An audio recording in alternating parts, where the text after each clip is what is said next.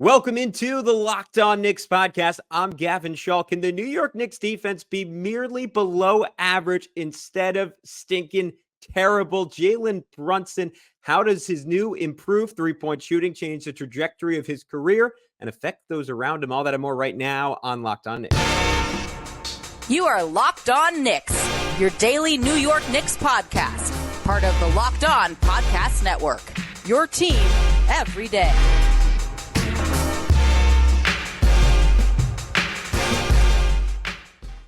You are Locked On Knicks, your daily New York Knicks podcast, and today's episode is brought to you by Gametime. Download the Gametime app, create an account, and use code LOCKEDONNBA for $20 off your first purchase. And I want to thank you for making Locked On Knicks your first listen today and every day, because we are now available on all platforms. That includes on YouTube. So if you want to see our smiling faces each and every day and become an everydayer, then be sure to subscribe, hit that notifications bell to ensure you never miss an episode. And be sure to do the same on your audio podcast platform of choice. I'm Gavin Schall, your favorite play-by-play broadcaster's favorite play-by-play broadcaster. And today I'm lucky enough to be joined by my buddy Prez. He is the co-host of the Pod Strickland podcast, the solo host of the Draft Strickland podcast, which is returning this week, and just flat out one of the better basketball minds out there in the public sector. I don't think that's an overstatement.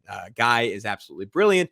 Anyone who's ever listened to him on this pod knows exactly that, and is exceptionally funny as well. A great rare combo, and lucky for me, I get to pick his brain for an hour here, the first half hour of which will be on today's show. So without further ado, let's get into it right now with Prez. Promised, we are joined by the great Presidente. Prez, you can follow him at _ Presidente on Twitter, co-host Pod Strickland, primary host of the fantastic Draft Strickland podcast. Prez, how's it going, man? Thanks for taking the time to talk. And interesting time for the New York Knicks, right? Coming off a big win last night over the Los Angeles Lakers. The defense is not a great place. Maybe they're heading the right direction, but I thought this was a cool time to check in with you. Yeah, we're definitely in uncharted waters here. I was just telling Schwinny Poo on the last Pod Strickland that, like, you know, these two LA games and the next couple of games, like, it's pivotal, and I have like literally anything could happen and I wouldn't be surprised. Like, the Knicks could just figure it out, and Tibbs can figure it out, and we can be great, or we could just get hammered and destroyed every game, and like I have no idea what's gonna happen. And it's so, it tells you just how, and I was kind of making the case when he got hurt that Mitchell Robinson, like, almost about as integral to a team's style as any non-star is in the NBA. And it felt like you kind of knew what to expect 15 to 20 games in the season. The Knicks were going to beat every bad team they played. They give a valiant effort against most teams in their tier, and then would lose to the better teams. And now it feels like there's this offensive ceiling unlocked. That's like, you know, on the right night, Jalen Brunson will shoot 9 for 9 from three, score 50 points, and you'll beat the Phoenix Suns on the road. And you could also lose to the Jazz, and you could give up 180 points to the Bucks and the Clippers. Like, it's all in play. But defensively, last night again was really good overall. Like, finally, like, getting a little bit of a break and playing merely like a good offense instead of a great offense. They obviously held the Lakers down pretty well. And the great thing about that was their points allowed per 100 possessions. Since Mitchell Robinson went down about 2.5 points. The bad news is they're still 3 points worse than any other team in the NBA over that stretch, giving up 127.8 points per 100 possessions, which would be the worst in NBA history by a country mile, unless I didn't do my research that well. But that seems like the number that should be the worst in NBA history. So, simple question, Prez, is there a way for them to play merely below average defense instead of disastrously poor defense without Mitchell Robinson? There is. It is not easy, though. It's this really, really complicated, extremely big brain idea called playing your best defenders lots of minutes, which is not always. I think you're going too far, man. I think that's a step too far. Yeah, go ahead. That's the funny. I didn't watch the Lakers game live because I'm on the East Coast and I'm old and washed up, but just looking at the box score, like the points and rebounds and all that aside, the first things that jumped out minutes wise was Hartenstein played a crap ton of minutes. I think high 30s or something like that, if I'm not mistaken. Yeah, and then 38. Yep. Yeah, 38. So that's a lot of minutes. And then especially for someone who's normally a bench center. And then Quickley played 28 minutes, which was, I think, his second highest minutes total of the season. And, like Tibbs was, starting Sims and with the goal of keeping the rotations similar-ish and the bench vibes together, because usually what he does is, Mitch starts, obviously. Hart will get his backup minutes, and then Mitch will come back in, and then towards the last third of the game, Mitch will usually play, but there are times where, like, if Mitch is in foul trouble or he doesn't quite have it going, or if iHeart is having a good game, he will switch that up. And I think, to me, like, at this point, you can't really get cute with the Sims and iHeart minutes distribution. I don't know how much is too many minutes to tire Hartenstein out, but Sims is, particularly versus teams with actual centers, not like fours masquerading at fives, he's not good. He's just not. And then even versus small teams, like, we're not going to switch him a lot, which is his strength. We'll switch him a little bit, but like, he's just not really great at defense. He's a third string center on defense. That's what he is. That's not a good NBA player, right? Like, there are times versus the Clippers, he looked like I'm not an NBA player against Zubac. Like, it was absolutely brutal to watch. And I don't think it's a coincidence that in the next game versus gigantic Anthony Davis and all that, Tibbs was like, no, hell no, I'm not messing around. And just, he started Sims, but Taj got a little bit of tick. I don't think that was a coincidence when iHeart needed a breather, because they just need somebody who can just be a little physical on the glass and boxing out and everything. So that's number one. It's like, our defense really stems from the center spot. Number two is, Quickley is probably the best defender who's not a center on this team when he's in his groove. Dante and Grimes have their strengths, but Quick is like a magic marker eraser. He's even when he gets beat, he knows, all right, somebody's helping me because I got beat, so I'm gonna go help their guy. And that's something that, for example, versus the Clippers, by my count, DiVincenzo actually burned us about 5 or 6 times where he got beat by one of the LA wings, which is understandable, right? Like, those guys are really good, but that's not the end of your responsibilities on defense. If you get beat and someone's helping you, that means they're abandoning someone and you got to go find that person, right? And normally Dante's not so bad at that.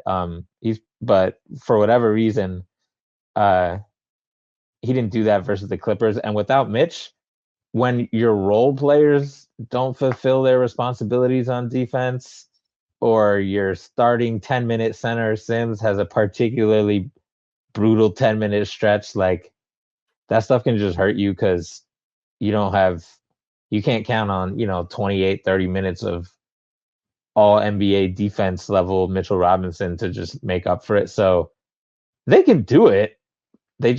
Everybody else has to kind of chip in on, as far as the role players go. And Tibbs has to play Quickley more minutes and Hartenstein more minutes above all else. Because, like, Brunson's going to get a lot of minutes, as he should. And you hope you get a decent Brunson defense game, right? Like he did in Phoenix, or like he did versus the Lakers. Like, there's always going to be plays where dudes take advantage of him, but you want him at least, like, taking charges or mucking things up in the passing lanes and stuff like that. And same thing for RJ. Like, he needs to, and he's played fine on defense, which is like all you really need him to do. Julius is kind of just, you just need him to not be like a tire fire on defense, and if he can do that, then he's good to go. So given how he's playing on offense, so like, that's not, that's a lot of different things, but I don't think it's impossible that we Quickley and Hartenstein get minutes and everybody else lock in, a couple of times, over the next how long is Mitch out? 3 months? Jesus Eight, Christ, man.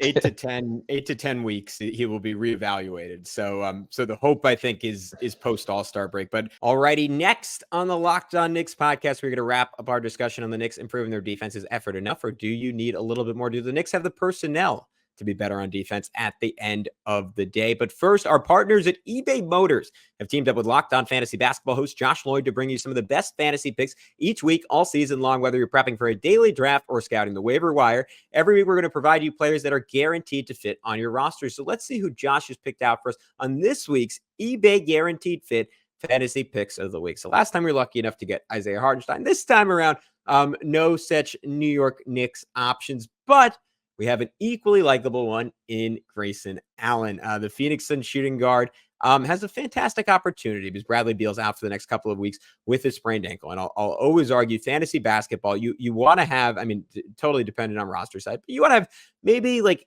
8 guys who are just utterly untouchable and are on your team all season long, and you're going to ride out the highs, the lows, and they make up the core of your team. Then you want to fill out the rest of your roster with guys who have opportunity and have the talent to take advantage of, and that is Grayson Allen to a T. One of the best three-point shooters in the NBA this year, solid rebounder, solid all-around scorer, who certainly benefits off of all the attention paid to Devin Booker and Kevin Durant. He's in line for a really good next few weeks. And then from there, you just pick up the next guy with a great opportunity.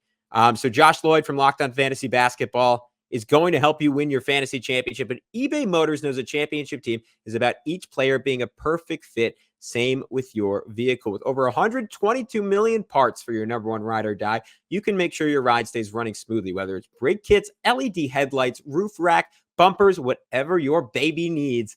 eBay Motors has it. And with eBay Guaranteed Fit, it's guaranteed to fit your ride for the first time, every time, or your money back. Plus, at these prices, you're burning rubber, not cash. Keep your ride or die alive at ebaymotors.com. eBay Guaranteed Fit, only available to U.S. customers. Eligible items only. Exclusions apply. But I hear you. I mean, I think the personnel, to your point, like if it's Grimes, Quickley, and Hartenstein all maybe playing a little bit more, like that's not the worst defense in the league by a country mile. Like even given the main guys, that should be maybe the 23rd, 24th best defense in basketball. And you hope a little Tom Thibodeau magic upset just a little bit more. What I liked against the Lakers and honestly against the Suns is I just think there was some proactive playmaking on defense. And obviously that's kind of a good chunk of what you're looking for out of DiVincenzo, but Brunson, obviously a career game with 5 steals. And then I think it's the Lakers, just rewatching the first quarter. There was a lot of good stuff. Like Dante did an awesome job helping out Hartenstein, like getting a blindside strip on Anthony Davis. Jalen Brunson, I can't remember. I think it was Cam Reddish who was driving, kind of stunted in and then recovered to get a steal. Quentin Grimes stripped LeBron from behind, which like you know better than I do, but he just has great hands. Quickley had some good plays, like Hartenstein, just super active. And to me, that's like what you need, like engagement. You don't want to go too far that direction where you're constantly gambling because, to your point, you don't have the insurance of Mitchell Robinson back there to stand in and save you. But I wonder if some of this is one, just like having a brutal schedule with Boston, the Clippers, and Milwaukee and Phoenix all in that stretch, like 4 of the last teams you want to play when you have defensive issues. And part of it may be just like the same way like a rookie has to adjust to how hard the NBA is. I think everyone kind of has to adjust to how hard they have to play without Mitchell Robinson, because to your point, you take a play off, you miss a spot, Mitch is there to erase it more often than not. And it's kind of a eye-opening experience that, I don't know, maybe just takes a few games to say like, all right, this is what the standard is now for me. Yeah, it's going to be interesting. I don't know. Obviously, you can't make up for Mitch, but like in theory, you know, you want like the team to pick up the slack. Everybody has to try harder, all those coaching cliches and all that. But like, I don't know if that'll realistically happen. Like, I'm just thinking out loud, like this is just how the NBA works. Like there's very few players who you're like, wow, in that stretch of 1 week, this decidedly average defender played like Gary Payton on defense. That doesn't, it's not like offense where like Taurean Prince can get hot for a week and drill 50% of his threes over like 4 games. Like there's no defensive equivalent. So for me, it's really, that's why I kind of focused on like the minutes and stuff like that. Like Tibbs just needs to put good defenders on the floor as often as possible. And then for the players themselves, it's less about like, step your defensive game up to levels heretofore unseen, but more just like, don't get worse than you normally are. Like just do your best to do your responsibilities how you normally do it. And if you're a particularly bad defender, try to just not be the worst. So I guess that's what I'm hoping for.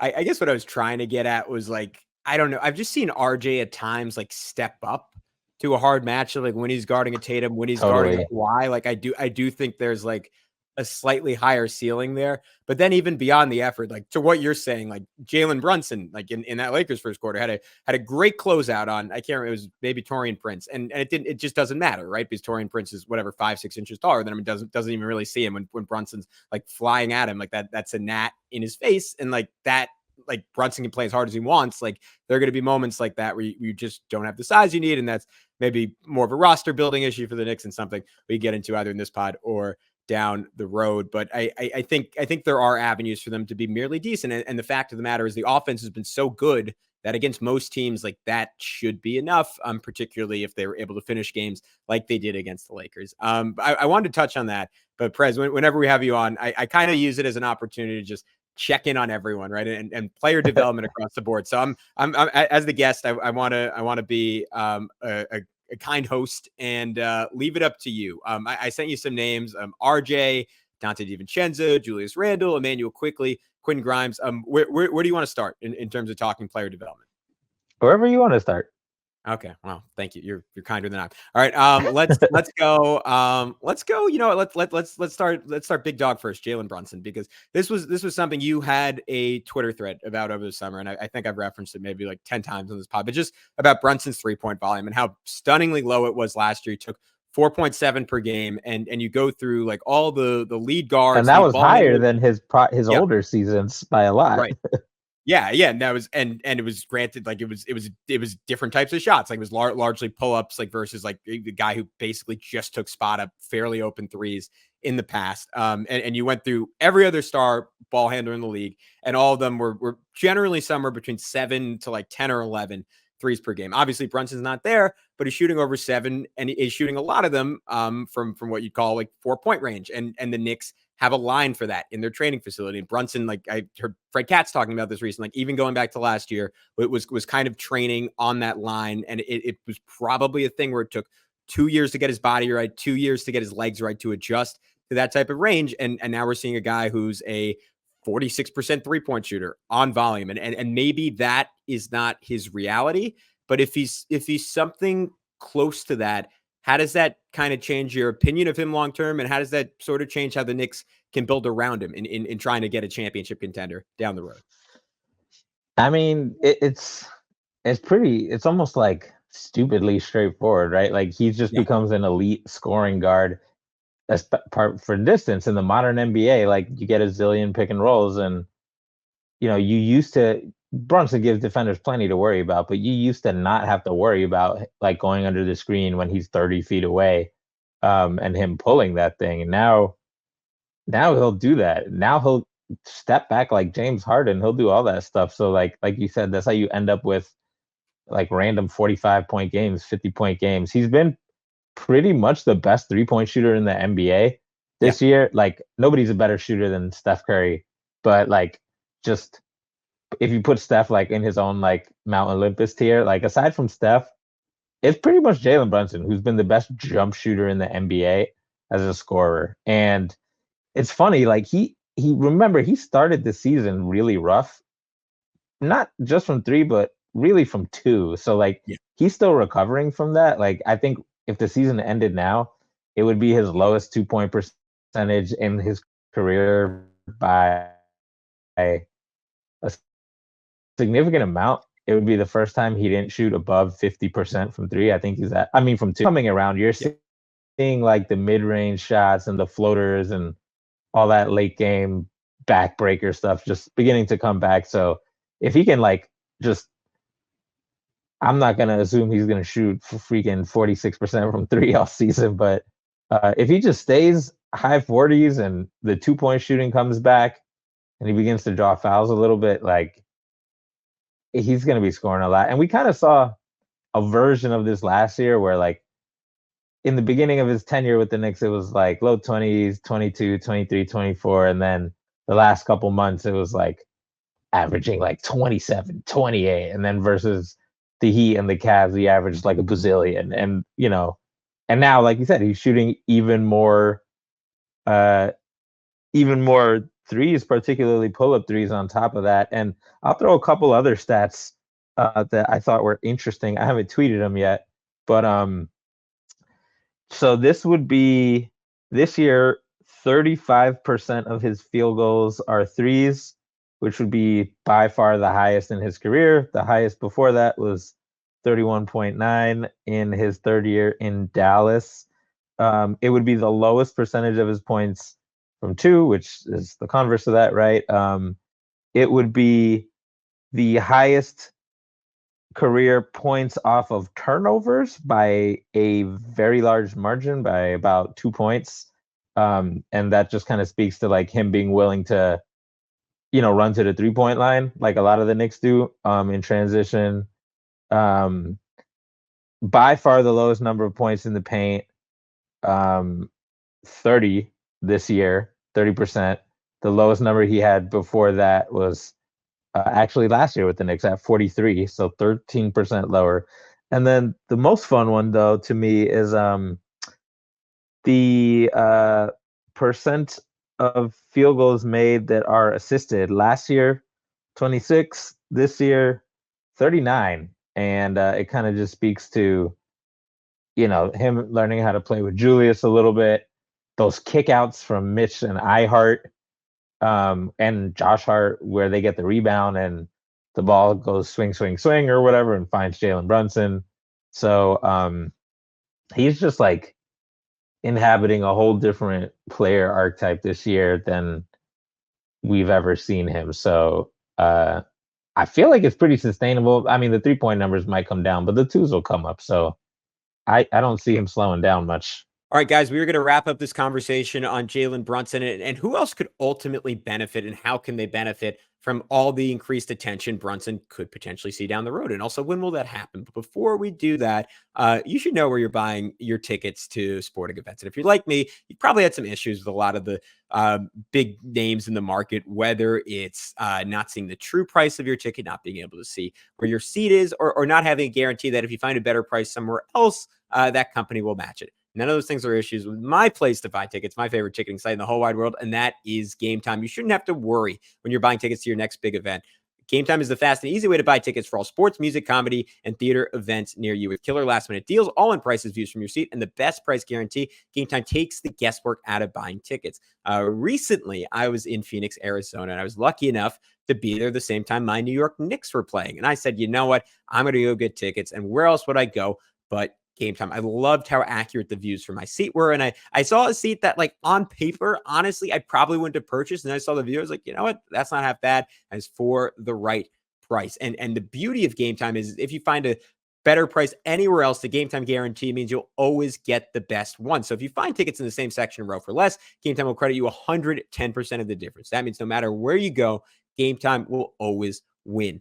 They have tickets right up to the start of the event, and even an hour after it starts. It's the place to find last-minute deals. So take the guesswork out of buying tickets with Gametime. Download the Gametime app, create an account, and use code LOCKEDONNBA for $20 off your first purchase. Terms apply. Again, create an account and redeem code LOCKEDONNBA for $20 off, and maybe you'll see Jalen Brunson score 50. Download Gametime today. Last-minute tickets, lowest price guaranteed. Yeah, and the same way the Knicks have been playing historically bad defense the last 7 games, like post the just like horror show that was Julius's first 2 weeks of the season. I mean, the offense has been like historically good. Like one of the, obviously it's just sort of what the modern NBA is, but one of the better offensive ratings in league history. And in fact, even better than they played last year, which like didn't seem sustainable last season and has become to this season, I should say, and has become so because unlike last year where the Knicks were terrible shooting the basketball, they've been a pretty good 3-point shooting team this year. And that feels like it's all Jalen Brunson. And I guess I'm curious, like how you've seen like that shooting open things up for everyone else on the floor? Because to me, that's almost the next step of it, is him getting treated like a 46% 3-point shooter on pretty high volume, and just what kind of the domino effect of that is, because the Knicks have started setting these screens for him, like just inside half court, like just like you would do for a Steph, just like you would do for a Dame. And at this point, like, defenses, I think, aren't totally sure what to do about it against the Suns. We saw Yusuf Nurkic drop to start the second half, and that, I think, more than anything else, is what got Brunson going on that heater. Like, if I'm remembering correctly, he only made 1 3 in the first half, and the Suns just let him walk into a few because they were terrified of this guy who was, I mean, not necessarily destroying them in the first half, but was playing with a lot of juice, getting into the lane at will. Like, there wasn't really anything Phoenix could do to keep him away from the basket. And for teams that aren't the Celtics and don't have like a million mobile, like hyper athletic defenders and a 7-3 rim protector, like, it doesn't feel like there are a lot of answers there. And I'm wondering if they start like trying to throw an extra guy into the play, and like, obviously not going to like Steph or Dame lengths yet, just because Brunson's gonna have to do this for a while to get that kind of respect. But do you see it as a thing where like defenses are going to become further and further distorted? And I mean, maybe the efficiency of the other guys in this Knicks offense are already going up, or am I maybe missing that a little bit? And you think that's already happening to a pretty solid extent? No, I think you're right. Just kind of reflecting on it. I don't think he's been seeing like hard doubles that much. And then, when he's not shooting, he's pretty quick at making decisions from three. So it's not like James Harden where he's like sizing you up and he's like, I dare you to double. I dare you to double. I dare you to double. You're not going to double? Okay, I'm going to shoot. Like, if he's going to shoot it, he'll shoot it pretty quick. And if he decides, just kidding, I'm going into the paint, then of course there's going to be bodies in the paint. But like, the other thing is, in the regular season, like, teams don't really, especially in the first half of the season, they don't really ace the details on stuff like that. And I think for the most part, there's some level of like, we'll live with it from other teams. And this isn't unique to Jalen Brunson either. Like, in the in-season tournament championship, I don't like calling it in-season tournament championship, even though it's the championship of an in-season tournament. I'm going to call it the in-season tournament finale. That sounds more appropriate. Yeah, I agree with you. Go ahead. And one of the things the Lakers did against Halliburton, who has had an amazing season, was they threw some hard double teams at him, right? And the Pacers didn't handle it so well. I mean, Halliburton's pretty good at passing out of them because he's good at all passing, but there's nobody else on the Pacers to like create advantages once the ball's not in Halliburton's hands, right? Like, it's not like he's passing it to a Julius Randle or something like that. So it kind of tanked the Pacers by doing that. And nobody had done that against Halliburton in 20 games, which is like, on a facial level, it's like, really nobody was like, oh yeah, we'll make Buddy Hield beat us off the dribble. But yeah, that's kind of what happens in the regular season. There's a level of like, we're figuring our own stuff out on defense and offense, and we're just gonna kind of, we'll do our thing and we'll try to execute it, and we're not gonna variate our game plan a whole huge amount. So I do think for playoffs, which is when you really see teams like dial in on the game plans and stuff like that, you'll probably see that. I mean, we saw that last year in the playoffs, right? Like, a bunch of other Knicks were stinking up the joint, including Julius, and they were throwing crazy ball pressure at Jalen Brunson, and to the point where the Knicks started screening with him for the guards, so that so he could pass it to a ball handler instead of Mitch. And so like, we haven't seen any of that stuff that like Cleveland or Miami threw at Brunson. And that's despite Brunson playing even more dangerously well on offense this year. But will teams begin to do that? Maybe. But I don't think it's going to be the norm. I don't think he's going to get that kind of attention, like you said, like Steph or Dame or whatever, on the ball. They're just going to, I think teams would just be happy to let him take tough shots. And that's always kind of been the conundrum versus Jalen Brunson, right? It's unlike other tough shot shooters, he hits these things efficiently, which is like the strategy of like, oh yeah, we'll let this player take the insane shot is not as good of a strategy versus Jalen Brunson. Yeah, no, I hear you, and I wonder if defenses do start to put more on him. You almost hope that happens before Mitch comes back, because Hartenstein, right, is so much more able to take advantage of that in the short roll. Julius, I think you noted it earlier, but him and Brunson have shown just far better synergy this year, and I almost want them to get back to that a little bit more, because I noticed it earlier in the season a little bit more, but just a number of times like late in games where they'd create shots for each other, and that. I think the first Bucks game, even or maybe it was the second Bucks. I don't know. At some point, it was happening quite a lot. And the Knicks have won games down the stretch that way. And I think Julius is playing at a level that he can take advantage of that, and is deserving of that. It's going to be exciting to see, because I think the Knicks have a lot of guys who, even someone like DiVincenzo, who are quick decision makers and know the next right play to make. Someone who's always been pretty good at that is Immanuel Quickley. And it's been sort of a weird season for him, right? Less minutes than he played last season. Shooting absurdly well from three everywhere, but the corners, 42% away from the corners, only 24%. I'm going to double check that, because that number sounds so low, even though it's in my notes here. You have 24% on corner threes. That is 4th percentile of all combo guards in the NBA, according to Cleaning the Glass. Not what you want from Immanuel Quickley. Perhaps most disappointing is last year, like the big jump for him was his rim finishing. He shot 67% at the rim, had never really been close to that. And the volume still wasn't great. And my hope for him this year was that the volume would go up and the efficiency would only go down a little bit. Instead, the efficiency at the rim has gone way down. He's all the way down to 59% at the rim. And the frequency of shots at the rim has somehow also gone down. I think part of that is just a rhythm thing for him. And I do think playing him more minutes and finding ways to get him more time on the ball would go a long way to solving it, because I don't think he's suddenly got worse. And to that point, I think, I don't know if there's some of the coaching staff drove home to him, or he just kind of decided on his own, but he has just been much more proactive about pushing the basketball and eating up space. And I thought that was when he was at his best last year. And as much as when he was a rookie, like it seemed like the way he was going to have monster games is being like a Steph or Dame type shooter, at least for a night, and taking 15 threes and making 8 of them and just cooking like that, or getting the free throw line 12 times. And then last year, like that game against the Celtics, I don't know about you, what I remembered more than anything else from that was him getting a rebound and like going coast to coast and like somehow like ducking a Jason Tatum or Jalen Brown or whoever was at the rim for the Celtics in those games. And for a dude who's like physically not huge and was like allergic to the basket to start his career, like he had moments that just sort of blew your mind where you're like, all right, this is more than I could have ever dreamed of from him as an at the rim guy.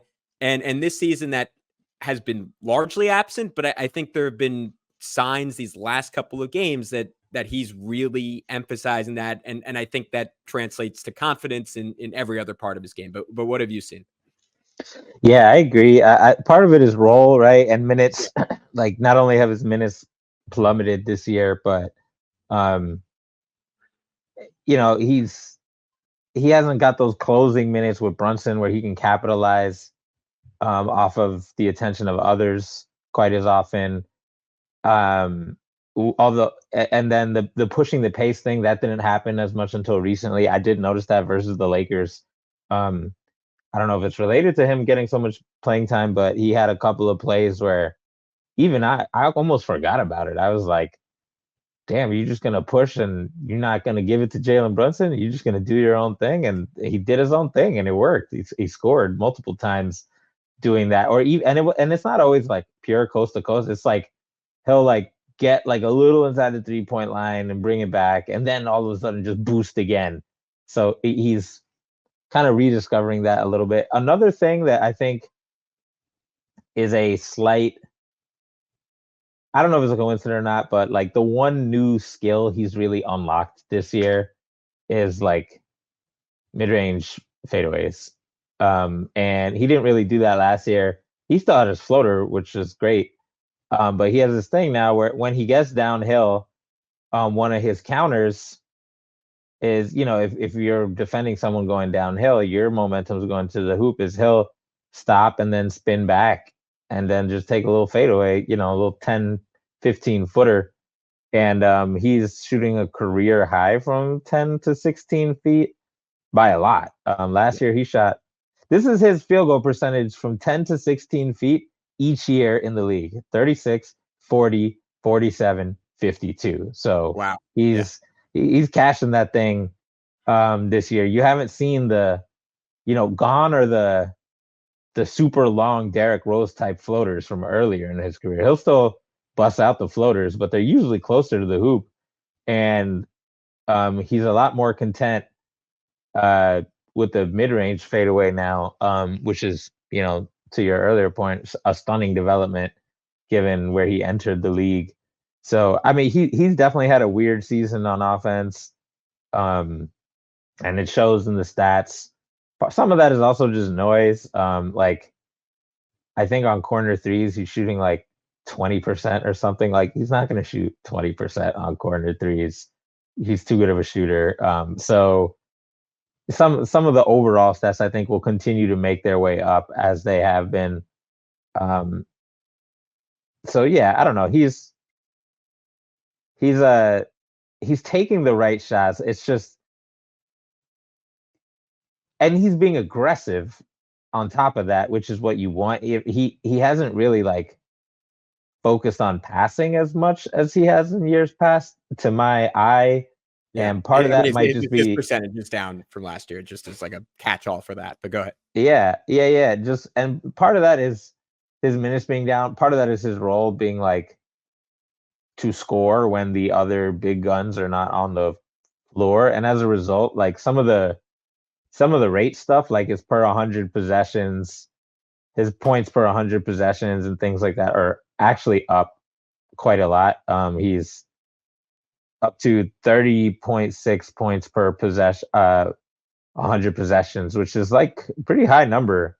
That's like very much bucket getter territory. So even though some of the efficiency is down and other parts of it are up, he's still doing his thing out there, and the defense is still stellar as always. So we just need he just needs to get on the court a lot more, man. Like it's kind of crazy. And I'm sure you've talked about this with other folks, but like he's just too valuable to not play as often. Like for comparison, like Tyrese, Quickley scores 30.6 points per 100 possessions. Tyrese Maxey scores 33.6, which is a higher number, obviously. Tyrese Maxey is really freaking good. Yeah. But Quickley right there. So this is a bucket getter and like one who plays really good defense. So you should find time for that. Alrighty, guys, that is it for today's episode with Prez. I know I'm bummed about it too, but tune back in on Friday. We will have another probably about 35 minutes with him talking Quentin Grimes, RJ Barrett, Immanuel Quickley, and how they've continued to develop or not develop in some cases. And then tomorrow, tune into Alex breaking down the legendary Knicks-Nets rivalry. Big game. Alex will have that for you here on Locked On Knicks.